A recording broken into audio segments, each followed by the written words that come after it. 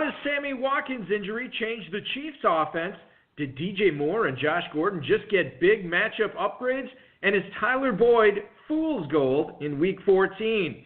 Plus, the 38th place team owner in the 2018 Football Guys Players Championship, Danny Gipson, sits behind the co-host Mike tonight as I'll talk to him about how his lineup strategy changes for the remainder of the season and how he nearly got to the top of the mountain with just 3 weeks to go in the FPC. We've got a great show for you. Danny Gipson is here. I'm Eric Balkman. Stick around. Your extra special Eric Balkman Show edition of the High Stakes Fantasy Football Hour starts. I am your slightly above average host, Eric Balkman. My co-host is normally the patron saint of fantasy football, the Dizzle, Dave Gerzak, but he is actually off tonight, and sitting in his place is a longtime high-stakes player who already has 2 top 5 finishes in the championship round to his name, along with numerous other FFPC league titles. Currently, he sits in 38th place in the 2018 FPC, and he is also sitting in the co-host chair tonight. Please welcome into the show, Danny Gipson. Danny, thanks so much for doing the show this week, man. I appreciate it. Absolutely. Happy to be here, Eric. Thanks for having me. Well, it's obviously my pleasure. Once again, a massive upgrade from my normal co-host, so I certainly appreciate that. How are you all set for the holidays? I know it seems like we recovered from Thanksgiving and 3 great football games, and all of a sudden we got to get ready for the holidays, and we have the 3-week sprint in both the FFPC main event and the Football Guys Players Championship. There's a lot going on right now, my friend. There's a lot going on, and you know as well as I do, with small kids, you are never ready for the holidays completely, my man. So I will definitely be working under pressure to get Santa taken care of, but fear not, we will get it done. We will get it done. We'll get it done. We're all in this together, Danny, as I'm sure you will totally agree with, for sure. Coming up on tonight's show, Danny and I will make sure Gerzak knows that I'm the better looking one of the partners on this show. Oh, listen, you're when it comes down to me and you, you're still the better looking one. So you are a massive that's upgrade. Debatable. But you're a massive upgrade not only for content, but as far as the George Clooney looks department, you are certainly leading that. You're leading that charge as well. So thank you so much, Danny and I tonight will take you through tough start sits that a lot of you are facing this week with Week 1 of the championship round sprint underway. And we'll also tell you whether or not you might want to think twice about starting T.Y. Hilton this week and a lot more. Shout out to the chat room right now. If you have any questions for myself or for Danny, post them in there. At HSFF Hour is where the show is at on Twitter. At Eric Balkman on Twitter as well. Facebook.com/HSFF Hour. 347-426-3682. 347-GAME-OVA is where you can get a hold of us if you want to chime in, talk with Danny and I tonight, ask us some questions, whatever it may be. highstakesfantasyfootball@gmail.com is the email address. Our producer and mutual friend, Rob, our audio engineer, Bryce, working hard on getting those questions, chat room questions, tweets, and emails all to us in the fantasy feedback segment later on in the show. I want to remind everybody, in case you did not see the FFPC newsletter that was emailed out to this week, the world-famous FFPC Playoff Challenge is once again live for the 2018-2019 season. It is a $200,000 grand prize, up $100,000 from last year. It's a $750,000 prize pool. That's up $150,000 from last year. Still just the $200 entry, a cap of 4,250 teams. It's a 10-player lineup. You pick one player per playoff team. You cannot duplicate, any teams on there. And there's only less than a month to go to register at myffpc.com. Pays all the way down to 600th place. So you can you don't even have to win it all to make it profitable. So check that out. Also a reminder, rotoviz.com/podcast is where you can check out this week's RotoViz High Stakes Lowdown with Harley Copen, a $20,000 FFPC winner, former guest of this show. He has teams in the championship round of the FFPC main event. He also has a top 60 Terminator team so far this season. So we talked about that, kind of broke it down as far as what he's going to be doing over the next couple of weeks, how he views some of the changing running back situations in both Kansas City and Pittsburgh. I think we get into some Chargers talk there as well with Austin Eckler and Justin Jackson. Check that out, rotoviz.com/podcast. Back to you, Danny. I want to bring it back and talk about your team, specifically the 38th place team in the Football Guys Players Championship. Before we get to that, tell the listeners what type of work that you are into. Yeah, so professionally wise, I'm actually in pharmaceutical business. with Regeneron Pharmaceuticals, and then on the side, me and my wife actually are heavily involved in real estate as well. So maybe one day you'll see us with our own HGTV television show with Flipper's House. Yeah, I would love to see that, and we would definitely promote it here, and you could definitely buy my house up here in Northeast Wisconsin. It is in desperate need of a flipping. If you ask my wife, no question, she would say that. So that is interesting. That's good stuff. You are a very busy guy. That, man. Extremely busy. That's how I like it. Wouldn't have it any other way. Yeah, and you'll have to come up to Northeast Wisconsin during the summer when the temperature rises above 40. So it's you only have to wear the one parka, which I think would be best for everybody involved in that. Don't come up right now; it's too cold. It's too cold for life right now. Let's get into the fantasy football portion of the show, Danny. 38th place in the Football Guys Players Championship, entering Week 1 of the 3-week sprint. A lot of players will tell you, a lot of players who have come on this show will tell you that handcuffing is not worthwhile. It's not something that is necessary. It's not something you want to do when you're trying to win a six-figure grand prize.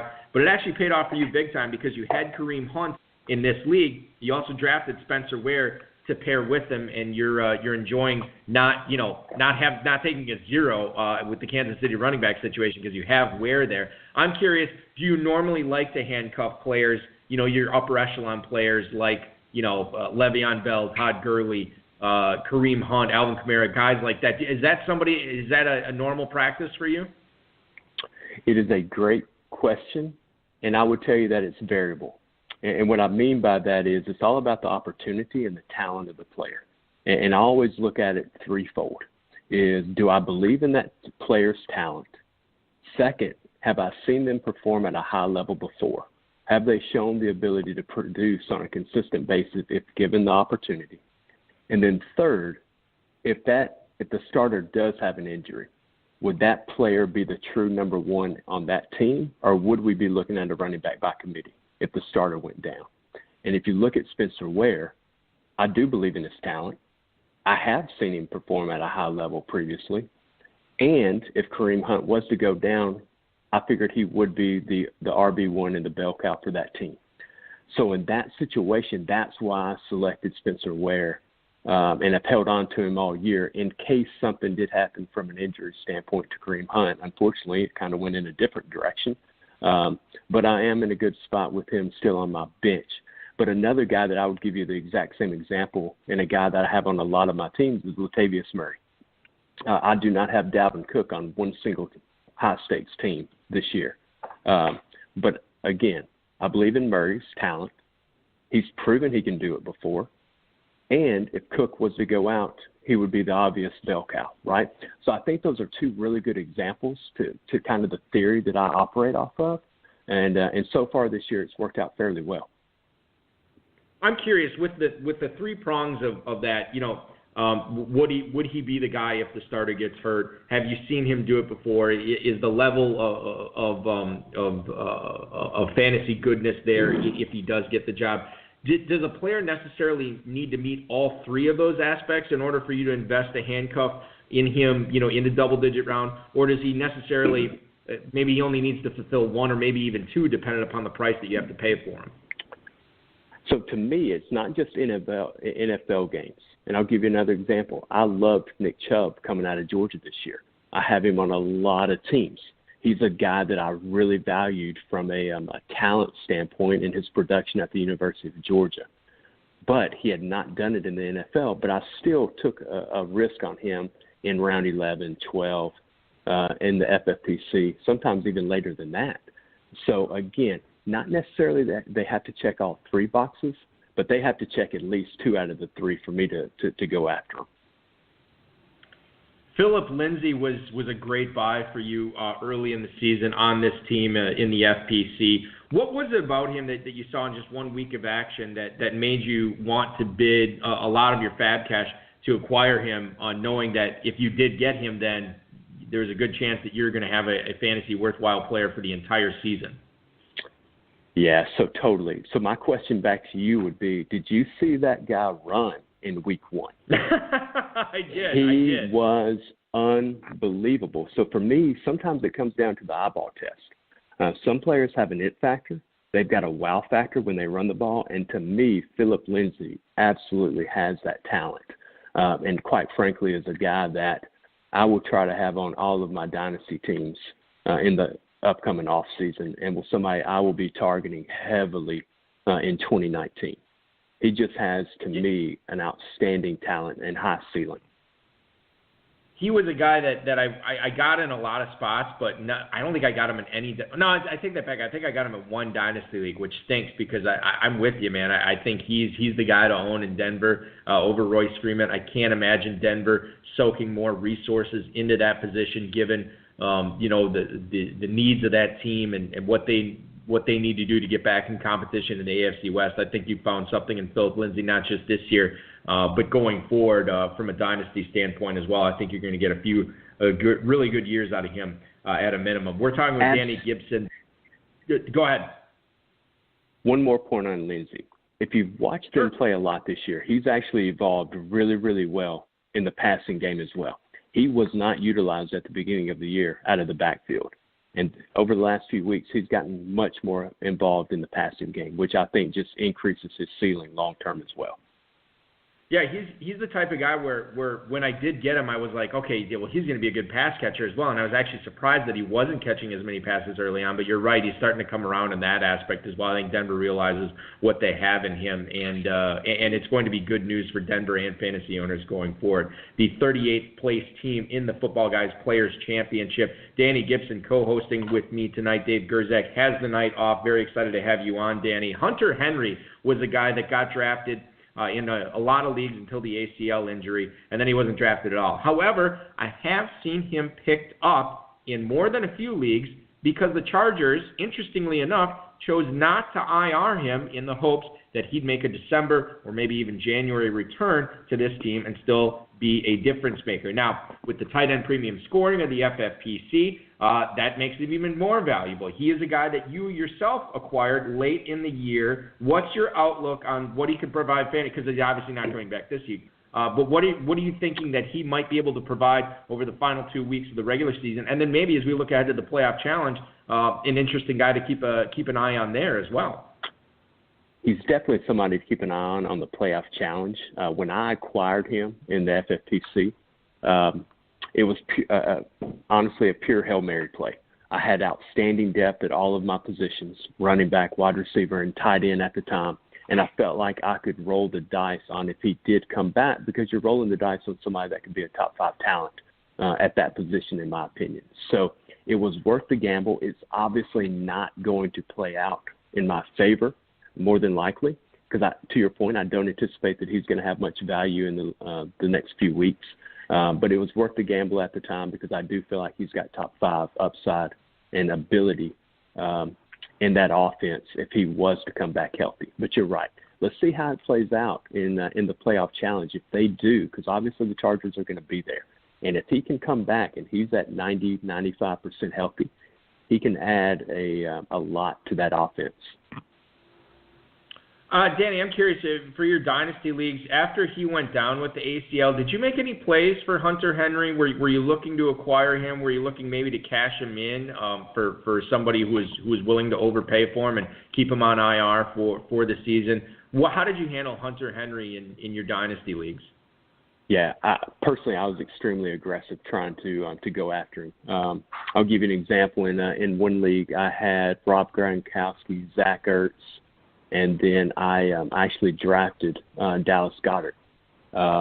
Even with all that depth, he's still a player that I tried to acquire and was able to in a couple of situations and got him at really good value. I mean, if you look at what that guy can present matchup-wise on that offense, there's tremendous upside with him. So if you've got somebody that may be low on him because he has been injured, he's been injured a lot in his NFL career, man, I would tell you to get aggressive. Don't overpay. But he's definitely somebody that I would encourage people to go out there and try to roster in their dynasty format. As you look back, Danny, on the teams that were successful for you in 2018 versus the ones that weren't as good, outside of simply picking worse players or picking players that underperformed on those teams that have struggled. Outside of that, were there any strategic errors that you made in constructing these teams, or the way that you felt the best way to build them was? If you look back on the teams that haven't performed up to par, has there been any overarching themes there that you wish, like, oh, you know what, I drafted this team with the attitude I was going to build it this way, and I never should have done it. It didn't work out that way. Can you provide any insight on that? Well, I think the biggest challenge that the FFPC presents is the tight end position, right? Because there's such an increased value or perception of value on that position in this format. So whenever I look at kind of where I made some strategic mistakes, it would have been either, one, missing out on the tight end run, because you're always trying to time that in the FFPC. You don't want to go too early, but you don't want to go too late, because then if you are, you're stuck with Tyler Eifert as your tight end one in a lot of circumstances. So to me, it's finding that equilibrium point in the FFPC to where you hit on the tight end position. Because if you miss, you're talking about a 10 to 15 point gap on average that you're having to try to make up on that position in your lineups, and that can be significant. So strategically, you'll probably see me be a little bit more aggressive on the top end of tight ends next year, and then try and find value at the wide receiver position in the later rounds, that round 6 through 9, which I think you can do quite frequently in this setup and format. Yeah, no, I'm totally with you on that. You know, those tight ends get pushed up, and it creates a little bubble of value. Now, and you're definitely true with receivers. Sometimes you get some decent running backs falling to that area as well. With, you know, it's funny, Danny, is you know, you and I both play in the Kentucky Fantasy Football State Championship, and I had one team out of, I think I drafted 3 or 4 main events last year, and I had one team make it to the championship round, and that was the only team in Kentucky I went 0 RB on. And obviously Kentucky is a different format where you have to start 3 receivers. Right. There's only one flex, not the tight end premium scoring. And that was a team that was my best. So I said, you know what, this year I'm going all 0 RB. I'm going to go 0 RB on all my teams. I drafted 5 main event teams there this year. 2 of them ended up making to the championship round. And I only went 0 RB on one of them. And that was one of the teams that made it. So I don't know what more proof I need. One of these years, I just need to get it and go and don't worry about running backs and just go 0 RB out there with all my teams and hopefully have a bananas year. I think that's the plan for 2019. Now, whether I can adhere to that or not is a completely different story. Hey, it's like a boxing match, right? You always go in with a particular strategy until you get punched in the mouth, and all of a sudden you have to veer and change your strategy. So, right, yeah. But you're right. In the Kentucky League, it is a completely different format from FFPC, and typically a lot of times you will see those wide receivers fly off the board in Kentucky a lot quicker. So you can find some of those really good RB values in that 5th through 8th round range in Kentucky. Totally agree. And Danny, you and I, this past year, you and I were actually in a main event draft together. You were drafting via proxy alongside of me, and I found out from the proxy that I ended up sniping you on a few players in that draft, and it was getting you upset. But I think, didn't you end up making the championship round with that team anyway? I did, and interesting enough, that was last weekend. The team was very RB heavy with Kareem Hunt and Melvin Gordon, which both were out last week, and I lost by, I believe, half a point in the championship game. So frustrating, so annoying. Kareem Hunt has left me out to dry the last 2 weeks, so it's going to be really interesting to see how the final weeks play out in this championship round, because you're dealing with the Kareem Hunt situation. You're dealing with James Conner injuries. You're dealing with A.J. Green now being out on the IR. So there's a lot of gaps on some rosters. So now it's going to be, you know, do the teams have enough depth, and do they select the right matchups to get them over that hump from a talent standpoint, that where a lot of these A-plus guys are out.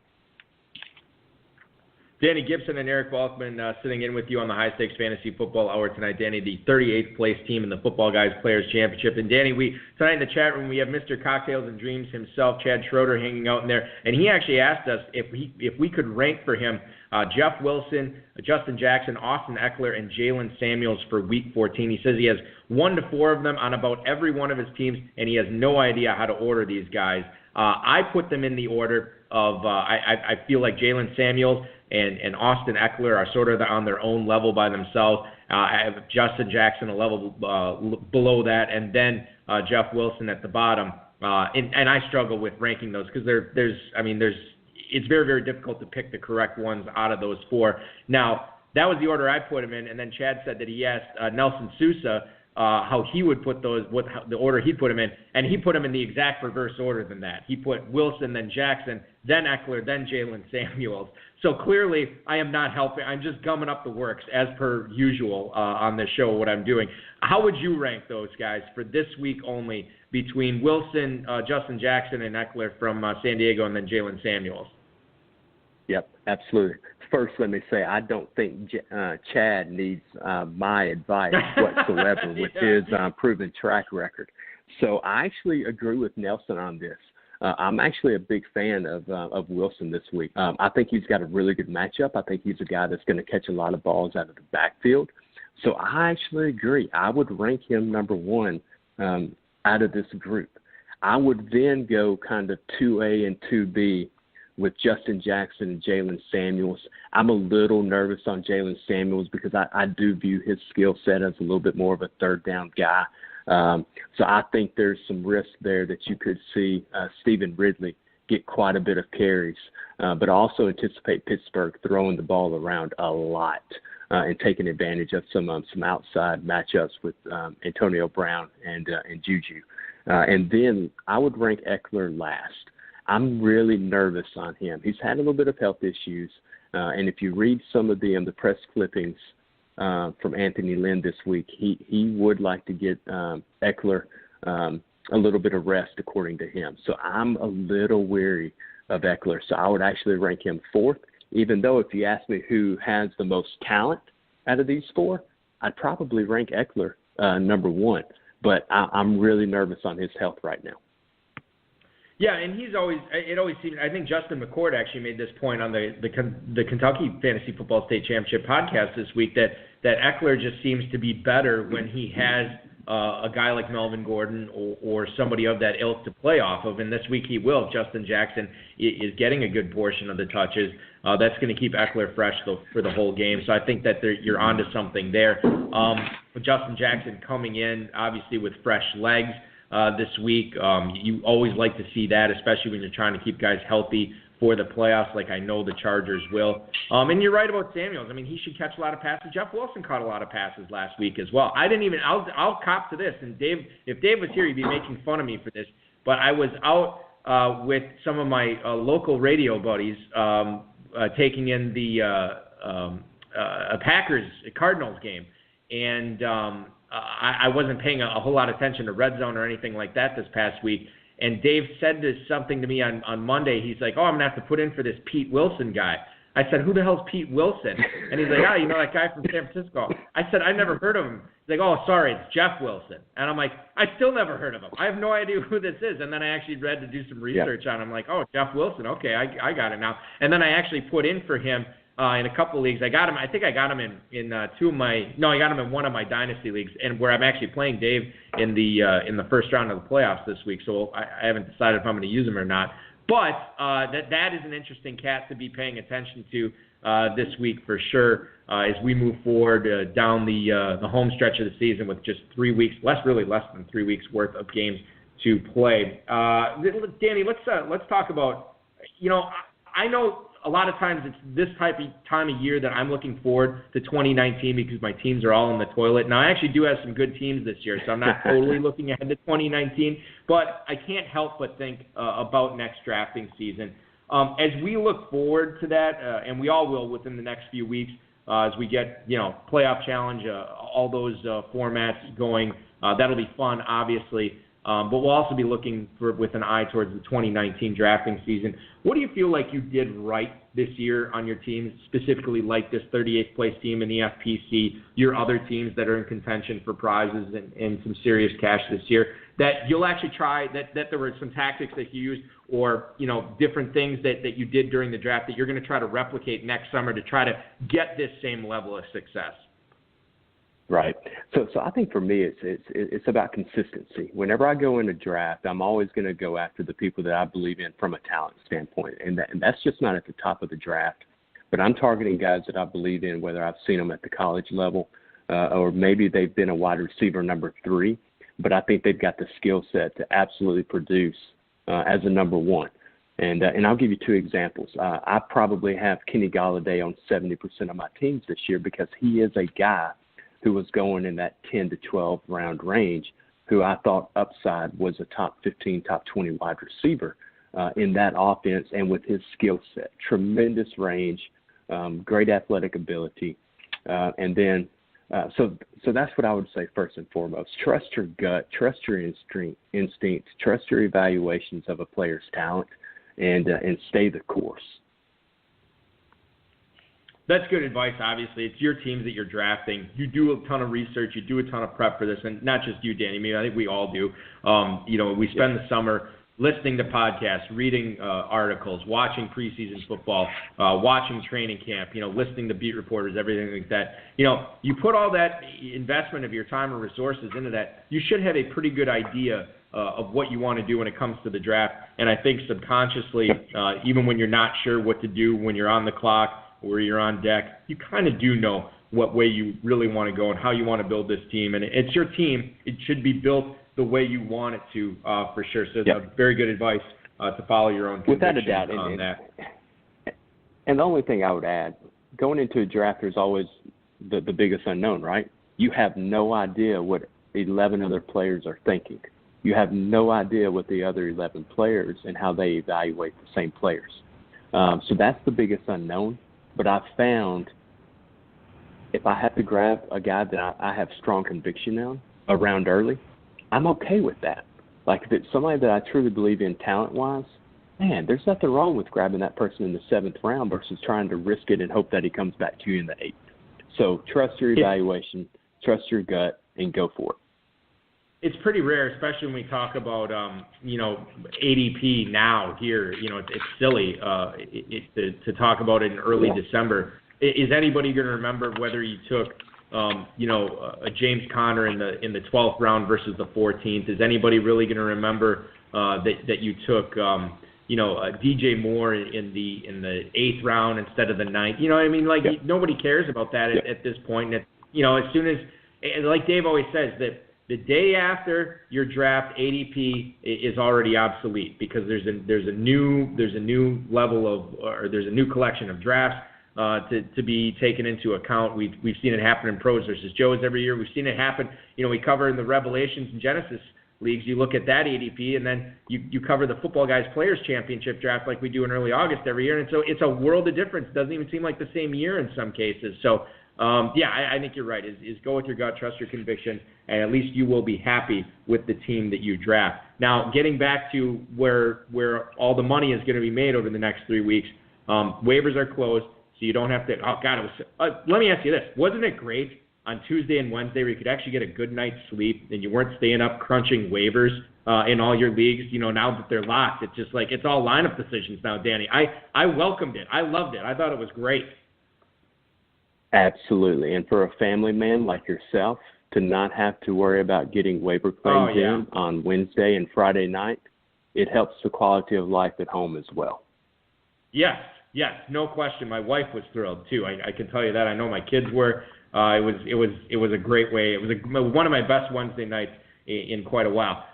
With no waivers, obviously lineup decisions are at the forefront of all the fantasy decisions that we have to make Thursday nights and Sunday mornings, and in some cases Monday nights as well. Do you ever find yourself this time of year with these final 3 weeks, do you ever find yourself overthinking lineup decisions and really putting extra effort, making absolutely sure you soak every single piece of information that you've acquired over the last few days to build that into whatever decision that you have to make between starts and sits, or do you put the same amount of time, the same process into it that you have been all season, and just doing it the same way, the way that it got you there, so you're not risking yourself overthinking and thinking yourself out of the easy lineup decision? How do you fall in on that, Danny?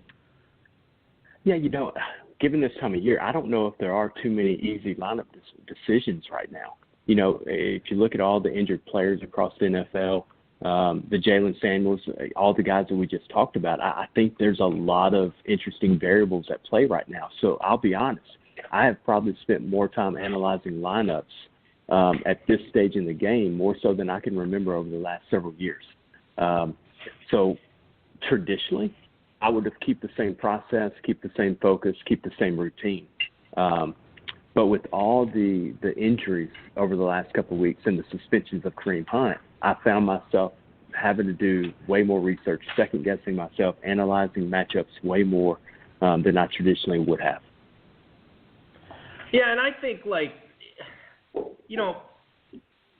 typically the reason that you're playing this deep in the season, if you're in the championship round, it's because you've had great depth on your team, and it's because that you've had a solid roster of 20 guys that have helped you get here, over the course of the season. And those guys, it's not like they're going to stop playing well all of a sudden now that they know that there's only 3 weeks left in the season. So I think, and with no buys, you're going to have a lot of great options, and it's very, very difficult to pick the right team or right player week in and week out. So I think you have to look at it from that standpoint as well. But as long as, again, trusting your process, trusting your gut, knowing what you need to do, I think putting an extra effort in to making sure you get these lineup choices right is good, not only for starting the best player, but for your peace of mind as well, knowing that you did everything you could to get your best optimal lineup out there.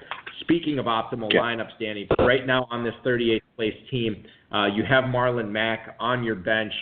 Is there any chance that you think you can swap him in and make him a starter before Sunday, or do you like the way that this lineup sits right now? There's definitely the chance that he could get plugged in. If I did play him, it would probably be over Kenny Golladay with his matchup against Patrick Peterson this week at Arizona. But if you take a look at that matchup and what the Houston Texans have done defensively against running backs the last several weeks, they have been very stout. Now, game flow impacted that a little bit last week with Nick Chubb, but again, he only had 31 yards rushing.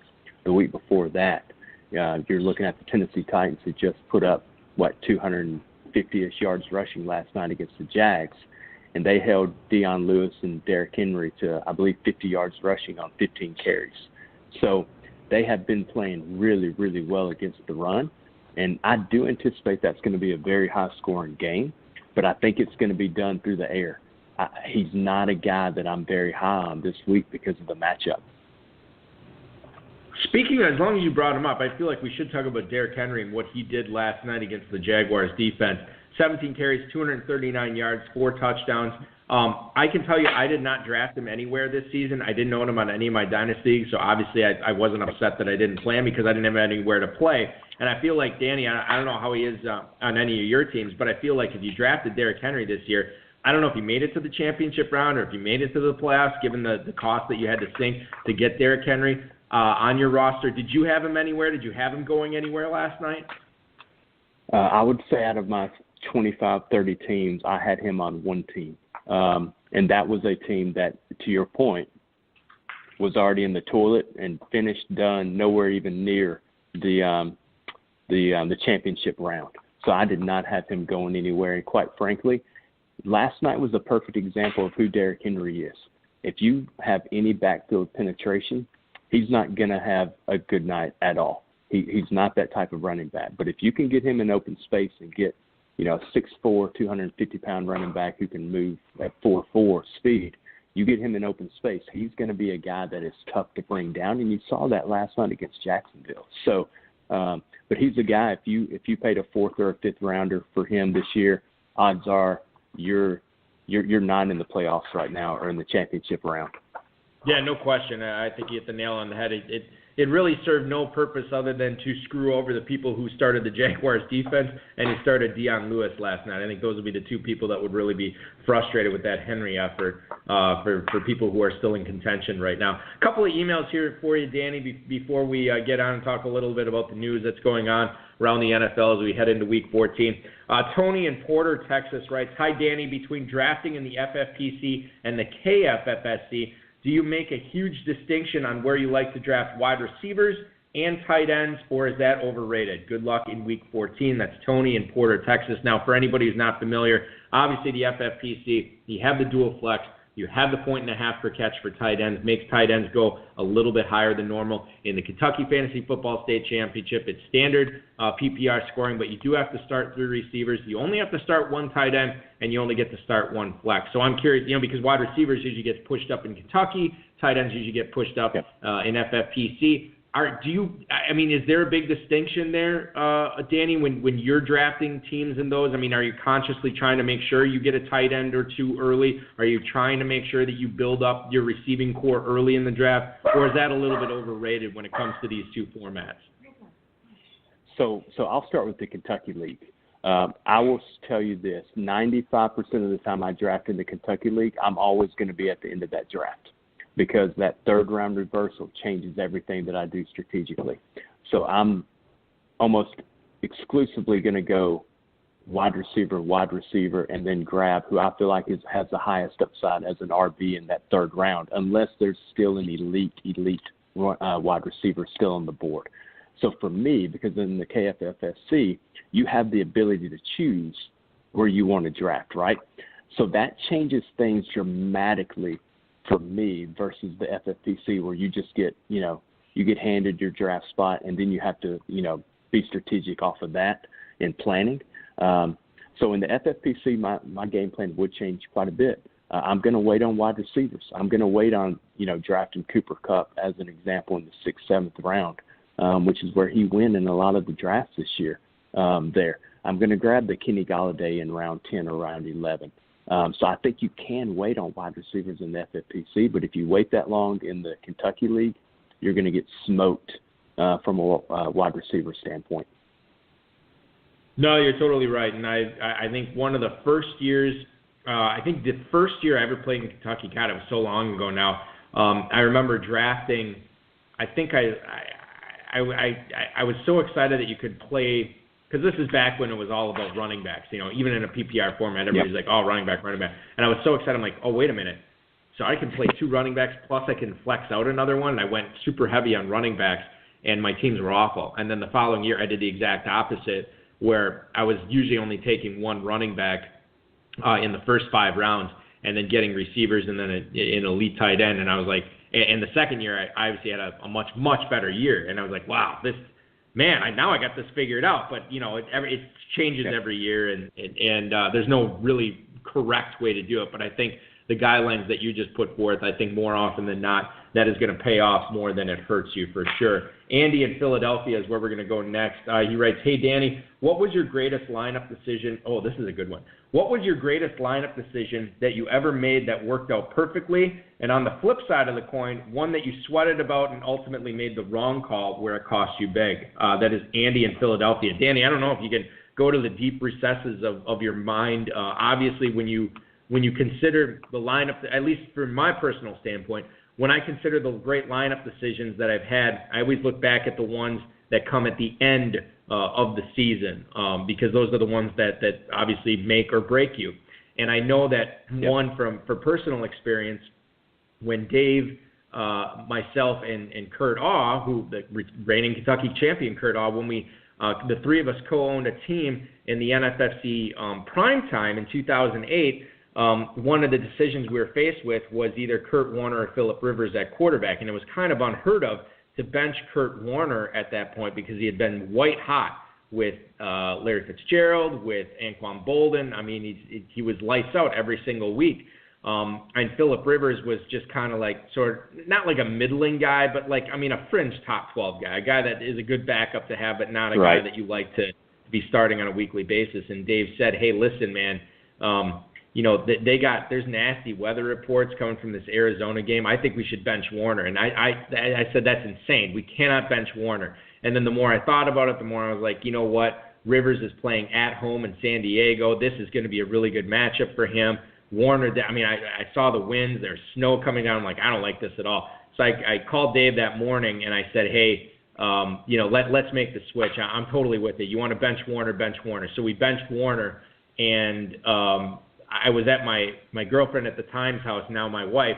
I was at her folks' house, and I was heading home for some reason back to my place. I don't know why. And it was like a 10-minute drive, and before I got home, Rivers had already thrown 2 touchdowns, and obviously was the correct decision. And Warner, I think, finished it was terrible, dude.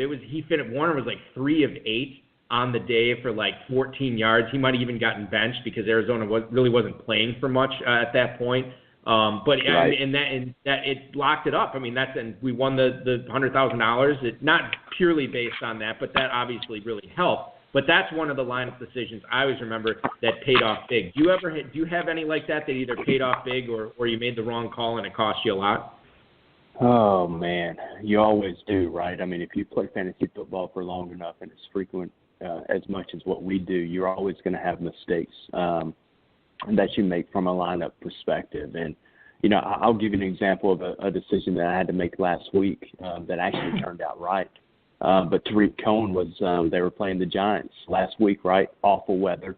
You're thinking, well, this could be a Jordan Howard game based on the matchup and the weather and whatnot. So I was trying to decide between Tariq Cohen and Chris Carson, who actually had a really solid matchup, had scored in I think 3 out of the last 4 games touchdowns and had 70 yards rushing. And typically, whenever I'm in between those 2 players, the deciding factor for me is typically who has the highest upside, who can deliver the most points in this given situation. And for me, it was Tariq Cohen last week because just of his unique talent and skill set. And even though the weather wasn't great, he went out and delivered, I want to say around 34 points. And that ultimately got me to the playoffs in a separate high-stakes league, which was a win. But I can tell you, the ones that you lose are always the ones that stand out the most, right? So last week, I'm in the top 5 of another high-stakes league. I believe 20 points out of winning the entire thing with Alshon Jeffrey left to go in my lineup, and I was in between him and I'm drawing a blank on who it was, maybe Mohamed Sanu. And sure enough, that was the one game Alshon Jeffrey went catchless last year, did not catch one single ball, and that still haunts me every single night of my life because I think there's $150,000 at stake. And it was right there for the taking with a pretty good night from Alshon Jeffrey. But it did not happen the way I anticipated. So it happens. It does happen, and it's you play long enough, you're going to have something like that happen. All you can do is make the best choice with the information you have at the time. Sometimes it works out, sometimes it doesn't. And as we look forward to Week 14 for lineup decisions, is there a sleeper out there right now this week that a lot of high-stakes players are probably going to have on their bench, Danny, that you think should be in there? And then conversely, is there a guy that a lot of people have been starting most of the season that you think you might want to think twice about before you plug them in your lineup this week? Yeah, so a couple of guys that I've got some concerns about going into this week, and I'll start with Lamar Miller. If you look at that matchup, if you look at how much timeshare he's been in with Alfred Blue, and now all of a sudden you activate Deontay Foreman as well. If he plays 7 to 10 snaps on top of Alfred Blue's, 15 to 20 snaps that he's seeing a game, now all of a sudden you're talking about a 50-50 split for Lamar Miller. He's a guy that I am very nervous about this week, who's probably on rankings as a top 15 play. It would not surprise me if he delivers mid to high single digit, kind of a 14 for 62 type of game with maybe one catch. He's a guy that I have a lot of concerns with, and same thing for Dalvin Cook. Now, odds are if you drafted Dalvin Cook, you're probably not in the playoffs right now. But if you are, he's a guy that I'm not very high on this week as well. Going out to Seattle, always a tough place to play. That defense is playing much better now than it did in the early part of the year.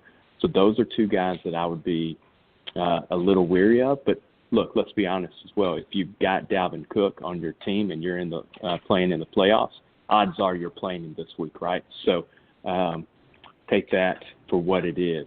Just lower expectations for him. Now, as far as upside guys, if you're looking for a wide receiver 3, wide receiver 4 in some areas that I feel like has a great matchup this weekend that's going to be flying way under the radar, I'm going to give you a kind of a long shot here with Michael Gallup.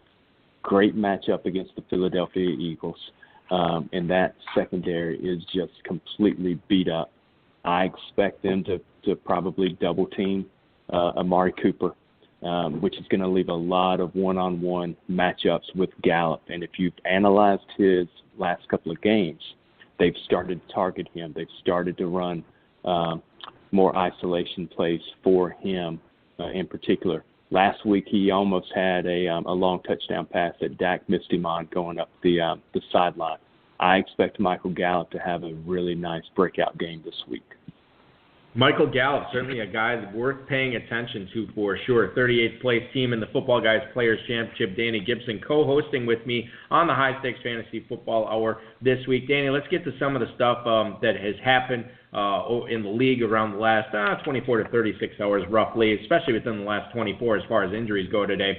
Sam Mellinger from the Kansas City Star reported that Sammy Watkins actually experienced a setback. On Thursday, he's actually going to be sidelined for the next 4 to 6 weeks, roughly. We all know about Sammy Watkins and that foot. It has robbed him of a lot of his consistent playmaking ability from a season-to-season standpoint.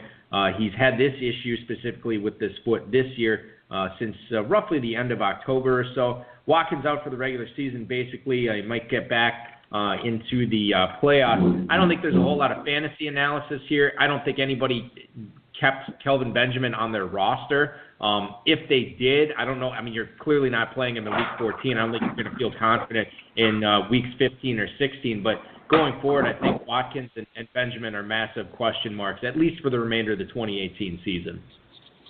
Yeah, totally agree. And quite frankly, if you look at it from a dynasty perspective too, if I've got Sammy Watkins, he's somebody that I'm trying to move on from.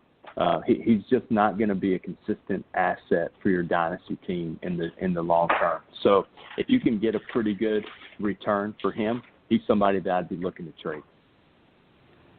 Evan Engram actually is going to be making his return for the Giants this week against the Redskins, according to Jordan Renan on Twitter.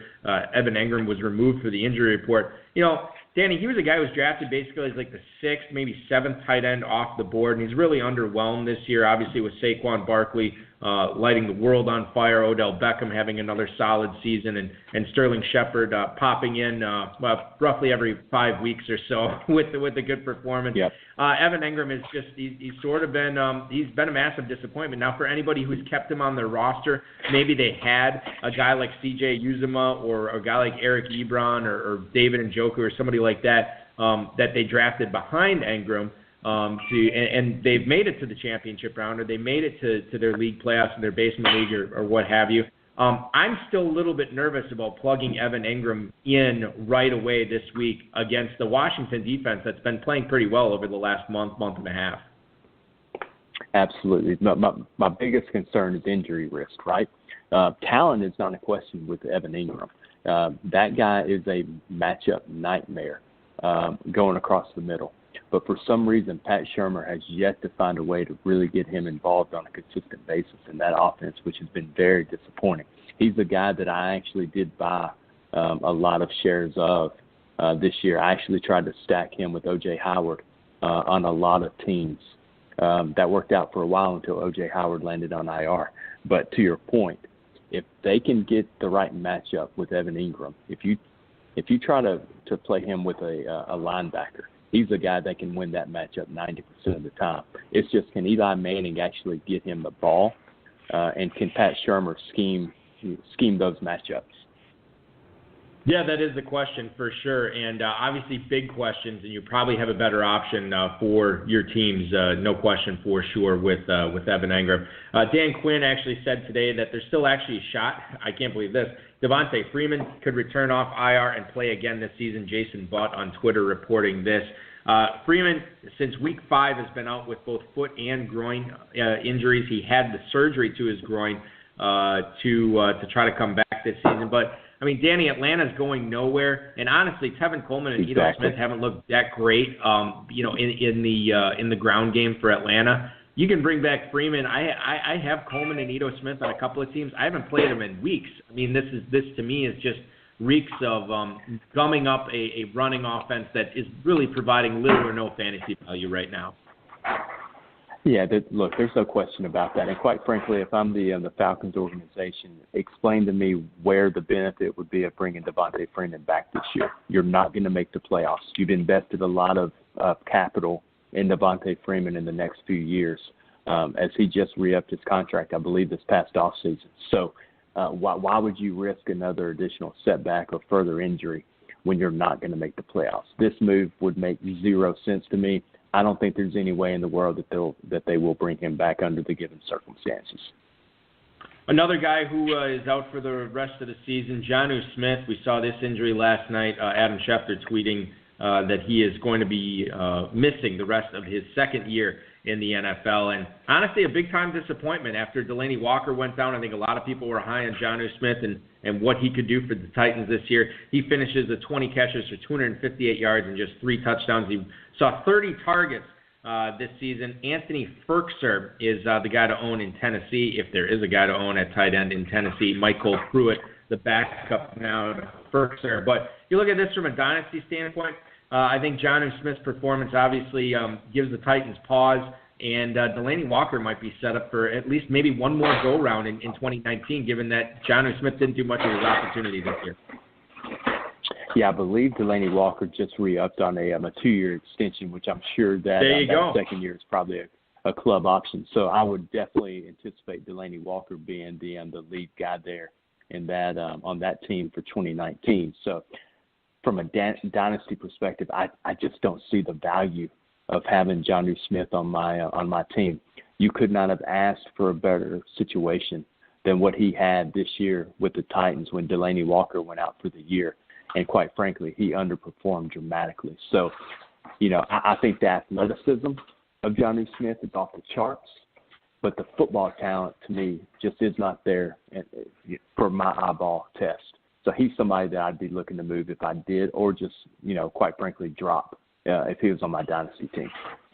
Yeah, no question. FFPC, I know you get the tight end, a 1.5 per catch for tight end scoring, but they do have those short benches in FFPC Dynasty, so certainly he's going to be a tough hold next year, no question. Andrew Walker on Twitter stated that Frank Reich says he's, quote, somewhat optimistic that T.Y. Hilton is going to be playing against Houston this week. Andrew Walker also saying that the guy T.Y. Hilton is going to be a game-time decision. I believe Hilton did practice today. I don't know if it was limited or full, but this is a guy, I guess when it comes down to it, Danny, if he's active and you own Hilton, you kind of got to play him, even in tough matchup against Houston, given what his ceiling could be with Andrew Luck tossing him the rock. Look, he's not a guy that's been prone to, or he's been a guy that's been prone to this, right? Very limited practice reps. Sometimes the game time decisions, limited practice, etc. But yet he goes out there on Sundays and consistently puts up very solid, if not spectacular numbers with Andrew Luck. And for me personally, I anticipate he's going to play.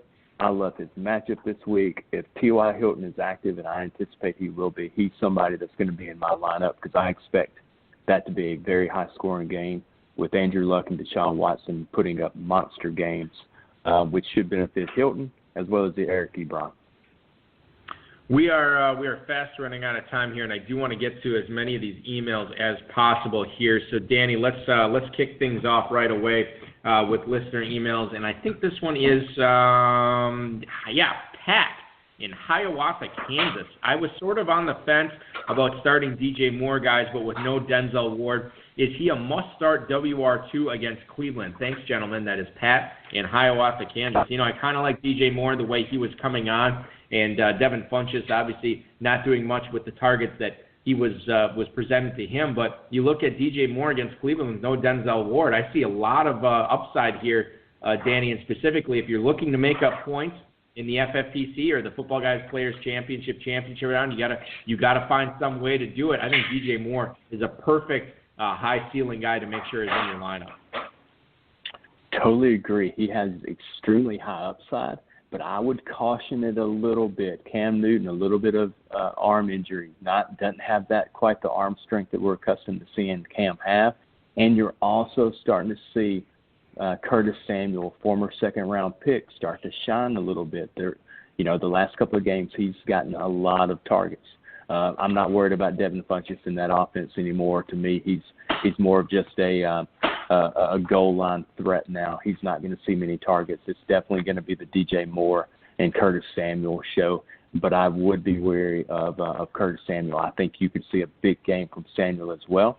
But if you're in a spot and you're needing a high upside play, definitely DJ Moore fits that bill. I would feel more comfortable with him being a wide receiver 3 versus a wide receiver 2, though.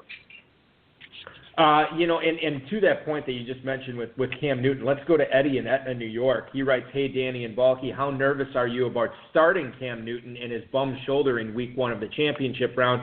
Good luck to you, Danny, and the FPC." That is Eddie in Etna, New York. Thank you so much for the email, Eddie. And let's shift the focus to Cam Newton. Let's shift the focus to his shoulder. If you own Cam Newton, I mean, is he a guy that you'd be looking at starting this week? You know, given the potential of him, we saw him lifted for that Hail Mary pass. He goes on the road to Cleveland.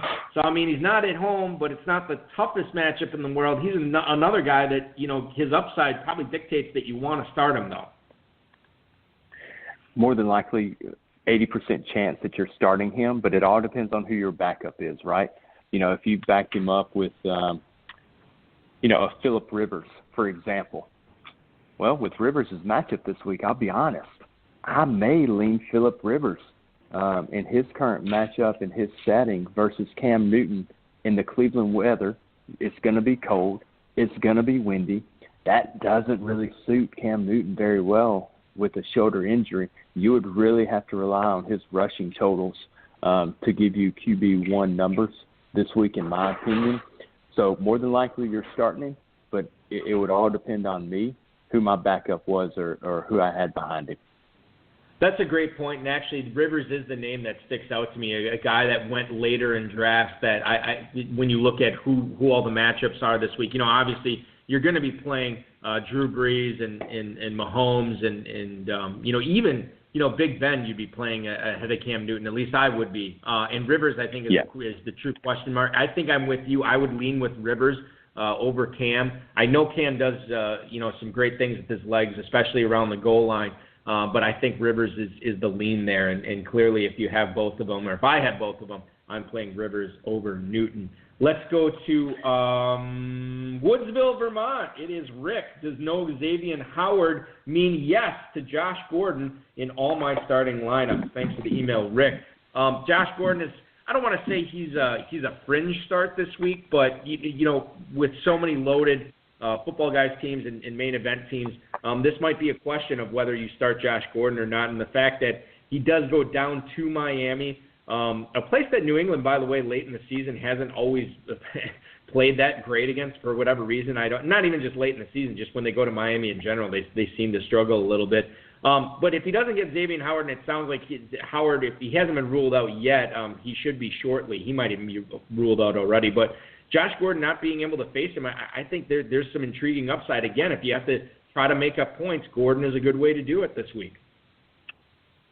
Yeah, it's a good point. But let me ask you this: what do you feel like his upside is? Because like I just don't see Gordon scoring over 16 to 20 points. Like, to me, that is his ceiling. So if you're looking for something, if you're needing something along those lines, then yeah. Here's the question for me, and this is probably not something we'll obviously know. We have to see how the game flow goes.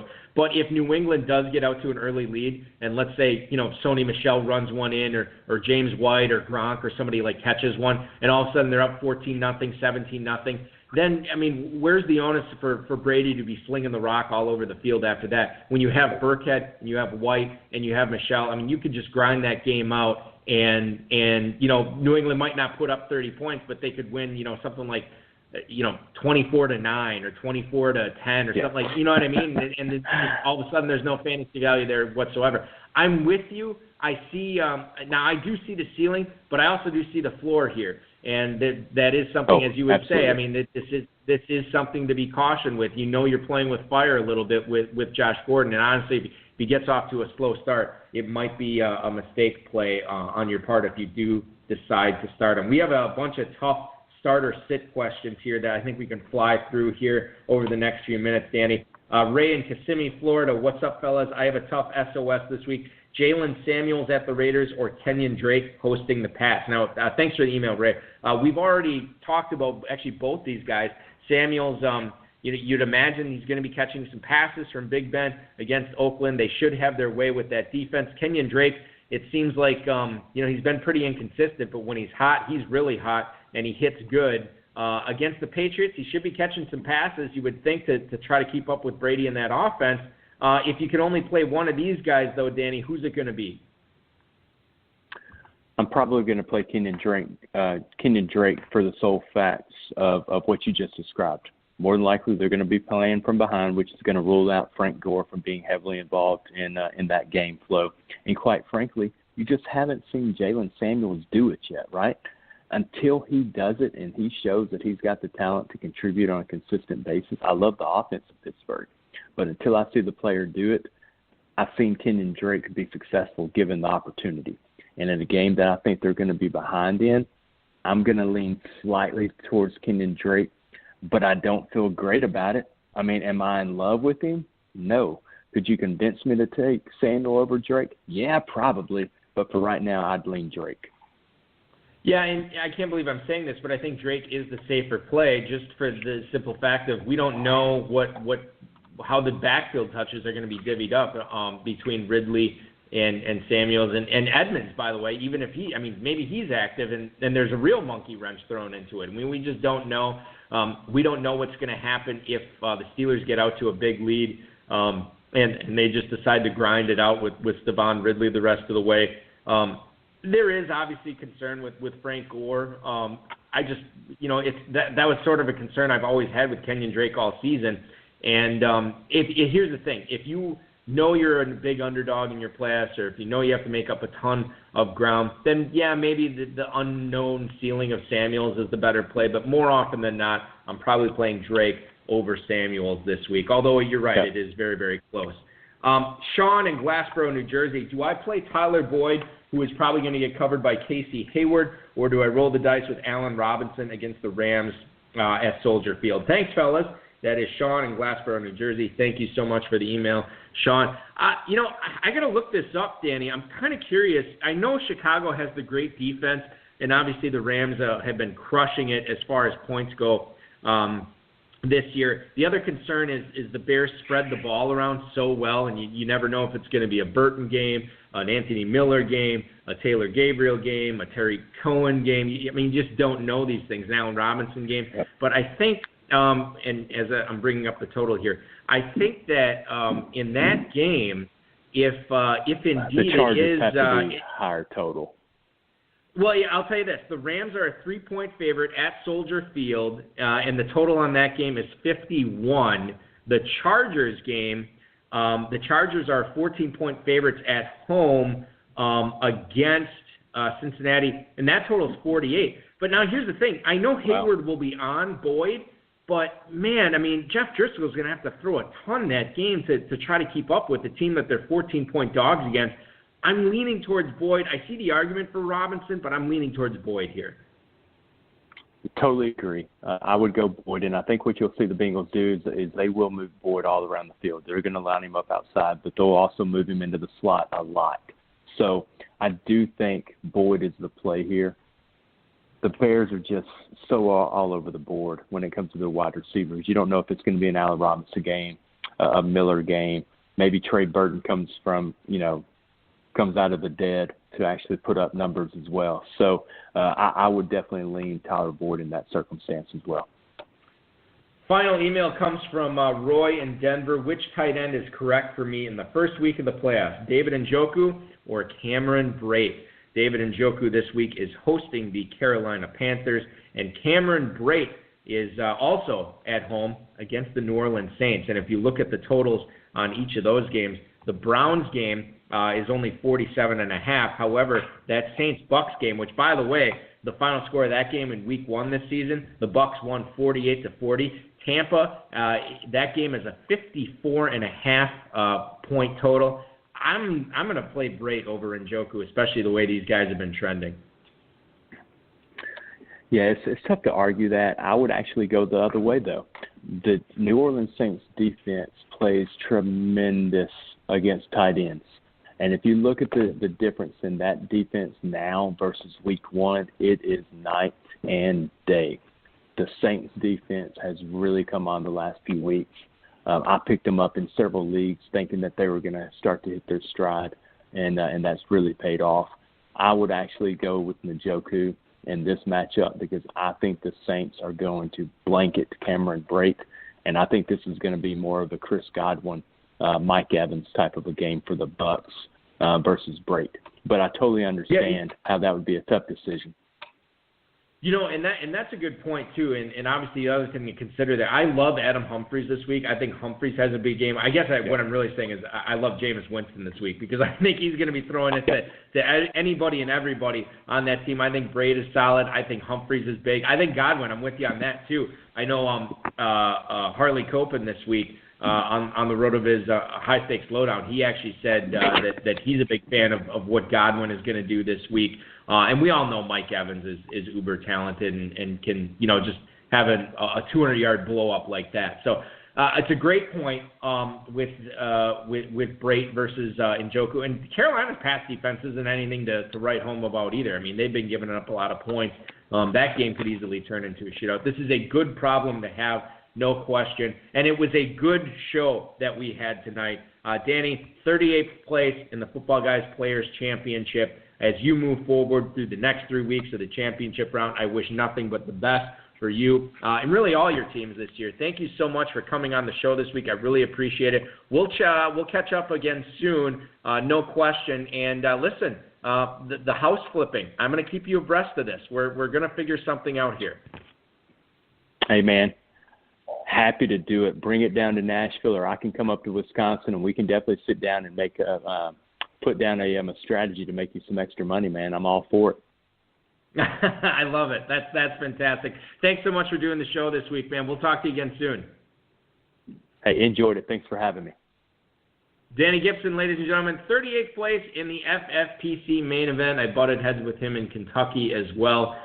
Great guy and very, very talented fantasy player. No matter who he has to share his teams with, he is very, very good and clearly making more correct decisions more often than not so far this year. That is going to do it for the show this week. I want to thank Danny Gipson for coming on. I want to thank the FFPC, Rob, Bryce, and of course each and every one of you for listening. A very happy birthday, a special happy birthday message to Mr. Pickpockets himself. It is Jim Nicola's birthday today, so happy birthday to you, sir. I will see you again in Vegas coming up next September. We'll be back live next week at 10/9 Central. 34th, speaking of people you see out in Vegas, the 34th place team in the FFPC main event from the franchise Troy's Boys, it is Larry Weinhauer. He will be on this show next week. Dave Gerzak will be back in studio, and we'll have Larry on. We'll talk about his main event team, his varsity team that has been doing very well this year. He's got a lot of irons in the fire as far as the amount of money that he is going to cash at the end of the season. Be fun to talk to him and pick his brain. Once again, Harley Copen on the High Stakes Lowdown, rotoviz.com/podcast. Check that out right now. You can also download it on the Spreaker channel as well if you go on Spreaker on your app, which I think you can do it on Alexa now. You just say, hey, Alexa, play Spreaker, and then it'll ask you which podcast you want to listen to. You say RotoViz High Stakes Lowdown. I think it'll show up that way as well. Don't quote me on that. I have to try it out myself, but I believe it will work. I want to wish everybody best of luck in the first leg of the championship round, both for the Football Guys Players Championship and for the FFPC main event. Only, after this week, we'll only have 2 weeks left. And then that will be it, ladies and gentlemen. We'll be counting 6-figure grand prize winners. Hopefully it will be you, and I wish all of you nothing but the best of luck. Go register for the world famous FFPC Playoff Challenge, myffpc.com. Check it out there right now. Get in on that. Your weekend officially starts now. This has been another episode of the High Stakes Fantasy Football Hour presented by myffpc.com that was broadcast live and heard around the world. Eric and Dave will be back next week with more analysis, interviews, and advice from a guest much smarter than they are. Thanks for listening, and we'll talk with you again next week. Big dog stay on the porch, blow the whistle. Blow the whistle. Blow the whistle. Blow the whistle. Where you get that from?